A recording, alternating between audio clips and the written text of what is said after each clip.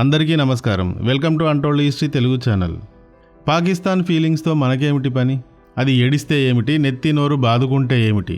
మన పని మనం చేసుకుంటూ పోవడమే. నా దారి రహదారి, better don't come in my way అంటూ మన ప్రధాని మోడీజీ తొక్కుకుంటూ తోసుకుంటూ సాగుతున్నారు. ఇప్పుడు ఎందుకు ఈ డైలాగులు అంటే, హిమాచల్ ప్రదేశ్ రాష్ట్రంలోని హిమాలయాలలో పుట్టి జమ్మూ, కాశ్మీర్, పంజాబ్ల గుండా ప్రవహించి పాకిస్తాన్లోకి దిగిపోతుంది రావి నది. ఈ రావి నది గురించి ఈ డైలాగులు. ఇప్పటి వరకు రావి నది నీరు పాకిస్తాన్లోకి కూడా వెళుతూ ఉండేది. ఇకపై ఈ తమాషా జరగదు. బంద్ అంటే బంద్. రావి నీరు పాకికి ఇకపై వెళ్ళవు. కులాయి కట్టేసినట్టే. ఇక ఈ టాపిక్ పై పాకిస్తాన్ ఏం పిసుక్కుంటుంది, ఎంత పిసుక్కుంటుంది అనేది భారత్కి అక్కర్లేదు. తన దారిని తాను క్లియర్ చేసుకుంటూ వెళుతుంది అంతే.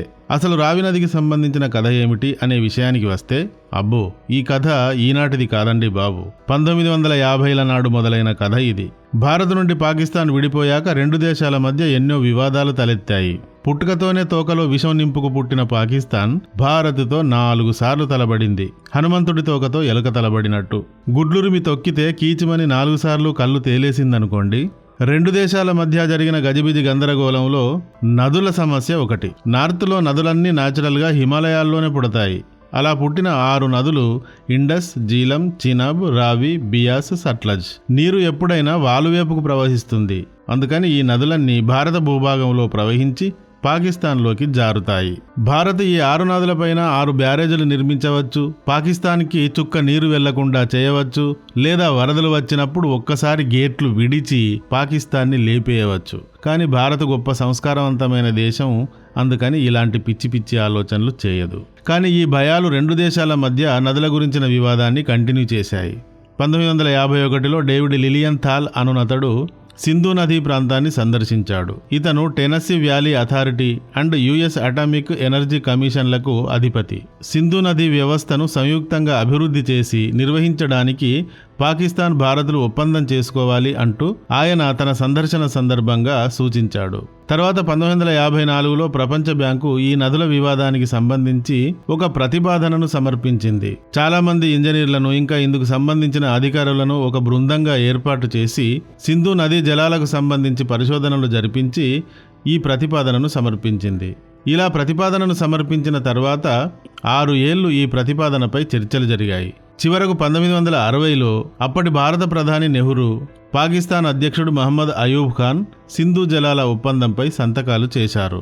ఈ ఒప్పందంలోని ప్రధాన అంశం ఏమిటంటే, పడమటి వైపుకు ప్రవహించే సింధు, జీలం, చినాబ్ నదులపై అధికారం పాకిస్తాన్కి, రావి, బియాస్, సట్లజ్ నదులపై అధికారం భారత్కి ఉంటుంది. ఇప్పుడు కథ రావి నది వద్దకు వస్తుంది. ఈ ఒప్పందాల వల్ల రావి నదికి సంబంధించిన సర్వాధికారాలు భారత్కి వచ్చినట్టు అయ్యింది కదా. కానీ ఇలా సర్వాధికారాలు భారత్కి వచ్చినా రావి నదీ జలాలను పూర్తిగా భారత్ తన కోసం ఇప్పటి వరకు వాడుకోలేకపోయింది. పాకిస్తాన్ భారత్తో నేరుగాను దొంగచాటుగాను యుద్ధం చేస్తూ ఈ నేలలో రక్తం పారిస్తూ ఉంటే, భారత్ మాత్రం పాకిస్తాన్లోకి రావి నదీ నీటిని అప్పనంగా అందిస్తోంది. ఇప్పుడు మన ప్రధాని మోడీజీ తన అడుగును ఇందుకోసం అడ్డుపెట్టాడు. ఇక నుండి నీరు భారత్ని సస్యశ్యామలం చేస్తుంది. పాకిస్తాన్ వైపుకు వెళ్లడానికి సీల్ చేస్తుంది. రావి నది పైన షాపూర్ కండి బ్యారేజ్ని కంప్లీట్ చేసి పాకిస్తాన్కి నీటి ప్రవాహాన్ని నిలిపివేసింది భారత్. ఇది మొన్న అంటే ఫిబ్రవరి 25, 2024వ తేదీన జరిగింది. ఈ ప్రాజెక్టు ప్రారంభానికి చాలా సుదీర్ఘ చరిత్ర ఉంది. 1960లో నదీ జలాల ఒప్పందం పైన మన మాజీ ప్రధాని నెహ్రూ సంతకం చేసిన నాటికి 10 ఏళ్ల ముందు నుండి ఉంది. 1950లోనే రావి నదిపై షాపూర్ కండి బ్యారేజీకి ప్రారంభం జరిగింది. ప్రారంభమైతే జరిగింది కానీ దానిపై దృష్టి పెట్టక అది ముందుకు కదలలేదు. 1960లో నదీ జలాల ఒప్పందం జరిగాక రావి నది నీటిని పాకిలోకి వెళ్లనీయకుండా ఆపడానికి బ్యారేజీలు నిర్మించాలని గట్టిగా నిర్ణయించుకుంది భారత ప్రభుత్వం. 1974లో పంజాబ్, జమ్మూ కాశ్మీర్ ప్రభుత్వాల మధ్య ఇందుకు సంబంధించి ఒప్పందాలు కూడా జరిగాయి.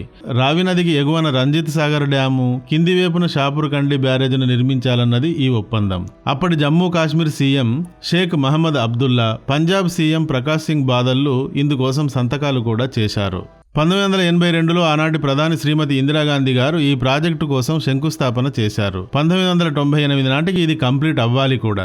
కంప్లీట్ అవ్వాలి కానీ కంప్లీట్ అవ్వాల. రావి నదికి ఎగువన రంజిత్ సాగర్ డ్యాము, దిగువన షాపూర్ కండి డ్యాములు నిర్మించాలని 1950లో ఆలోచించారు. 1953లో ఈ ప్రాజెక్టుల కోసం అధ్యయనాలు మొదలుపెట్టారు.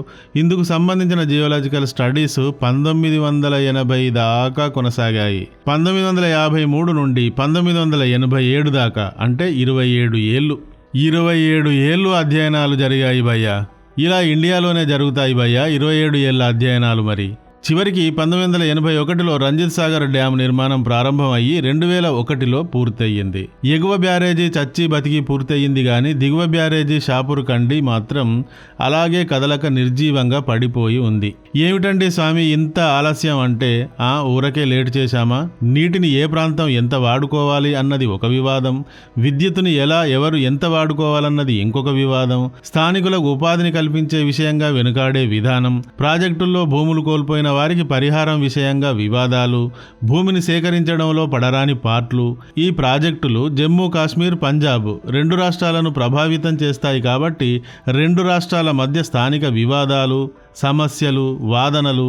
అబ్బో సామి చాలా కథలు పడాల్సి వచ్చింది, అందుకే లేట్ అయింది అంటారు. చివరకు 2 రాష్ట్రాలకు ఈ ప్రాజెక్టులపైన హక్కులు కల్పించాక జమ్మూ కాశ్మీర్కు చెందిన సాంబా మరియు కథువా జిల్లాలకు సాగునీరును, పంజాబ్కు కరెంటును ఇచ్చేందుకు అగ్రిమెంట్స్ను చేశాక కాస్త వివాదాలు సద్దుమణిగి బతుకు జీవుడా అంటూ రంజిత్ సాగర్ డ్యాం పూర్తయింది. మన రాజకీయాలు ఇలా ఉండేవి. మరి ఇక షాపూర్ కండి బ్యారేజ్ వద్దకు వస్తే దీని కథ అలాగే చాప చుట్టుకుపోయినట్టు చుట్టుకుపోయి పడిపోయి ఉంది. కానీ పాకిస్తాన్ భారత్లోకి టెర్రరిజాన్ని పారిస్తూ ఉంటే మనం పాకిస్తాన్కి నీటిని పారించడం ఏమిటి అని మోడీజీ గారు అటువైపు ఓ లుక్ వేశారు. అనుకో సామి, నువ్వు అనుకుంటే అయిపోద్ది అన్నట్టు మోడీజీ చూశాక అయిపోక చస్తుందా, అన్నీ మూసుకుని అయిపోయింది షాపూర్ కండి ప్రాజెక్టు. ఈ ప్రాజెక్టు అవడంతో పాక్ నీటికి సీల్ పడింది. 1950లో రంజిత్ బ్యారేజ్తో పాటు మొదలైన షాపూర్ కండి బ్యారేజ్ 1982లో ఇందిరాగాంధీ గారు శంకుస్థాపన చేశారు. 1998 నాటికి ఇది పూర్తి అవ్వాలి, కానీ కాలేదు. 2008లో దీనిని జాతీయ ప్రాజెక్టుగా ప్రకటించారు. చల్ మని ముందుకు కదిలించి చూశారు, కానీ అప్పటికీ అది కదలలేదు. 2013లో నిర్మాణం ప్రారంభించారు, కానీ పంజాబ్, జమ్మూ కాశ్మీర్ల మధ్య విభేదాల కారణంగా మళ్లీ ఆగిపోయింది. చివరకు 2018లో మోడీజీ వచ్చాక చెర్నకోలాతో చల్ మని ముందుకు కొడితే ఇక ఆగకుండా నిర్మాణం జరుపుకుని మొన్నటికి మొన్న పూర్తయింది. 1150 క్యూసెక్కుల నీరు భారత్కి చెందాల్సి ఉండగా ఇంతకాలం వృధాగా పాకిస్తాన్లోకి వెళ్లి చీనాబు నదిలో కలిసిపోతూ ఉంది. ఇలా పాకిస్తాన్లోకి రావి నది నీరు చేరినందుకు పాకిస్తాన్ ఏమైనా బాగుపడిపోయిందా అంటే, పాకిస్తాన్లోని ప్రధాన నగరం లాహోర్ దాని చెత్తా చెదారంతో ఈ నది నిండిపోయింది. అక్కడ రావి నది ఓ మురుకు కాలువలా మారింది. ఇంతే తప్ప పాకిస్తాన్ ఈ నది వల్ల బాగుపడిందేమీ లేదు. ఇంకా ఈ నది విషయంలో కూడా పాకిస్తాన్ తన కుక్కబుద్ధిని ప్రదర్శించింది. శాటిలైట్ ఫుటేజ్ల ద్వారా తెలిసిన వాస్తవం ఏమిటంటే, రావి నది వెంట పెద్ద నిర్మాణాలను, కట్టలను నిర్మించి దాని మార్గాన్ని భారత్ వైపుకు నెట్టేలా 3 మైళ్ళు మార్చింది. ఈ మార్పు వల్ల భారత్కు వరుసగా నష్టాలు జరిగాయి. ఇలా రావి నదీ నడకను మార్చి భారత్కు నష్టాలను కలిగించింది పాకిస్తాన్. ఈ అన్నింటి వల్ల భారత్ ఇప్పుడు పాకిస్తాన్ మూతికే ఏకంగా ప్లాస్టర్ వేసింది. ఇక ఈ ప్రాజెక్టు వల్ల 1150 క్యూసెక్కుల నీరు భారత్కి ఉపయోగకరంగా మారతాయి. కథువా, సాంబా జిల్లాలలోని 32,000 హెక్టార్ల భూమికి ఈ నీరు ప్రయోజనకరం అవుతాయి. ఈ బ్యారేజీ పైన 2 హైడ్ పవర్ ప్రాజెక్టులు నిర్మించబడ్డాయి. ఈ పవర్ పంజాబ్, రాజస్థాన్లకు ఉపయోగపడుతుంది. ఇలా కనీసం 70 ఏళ్ల నుండి ఆగిపోయిన ప్రాజెక్టు చివరికి మోడీజీ హయాంలో పూర్తయింది. వృధాగా పాకిస్తాన్లోకి నీరు తరలి వెళ్లకుండా అడ్డుకట్టపడింది. రావి నదికి సంబంధించి పాకిస్తాన్ మూతికి ప్లాస్టర్ వేయబడింది. ఈ వీడియో గాని నచ్చితే ఒక లైక్ చేయండి. ఇంతవరకు మా ఛానల్కి సబ్స్క్రైబ్ చేసుకున్నట్టయితే వెంటనే సబ్స్క్రైబ్ చేయండి. Thank you for watching.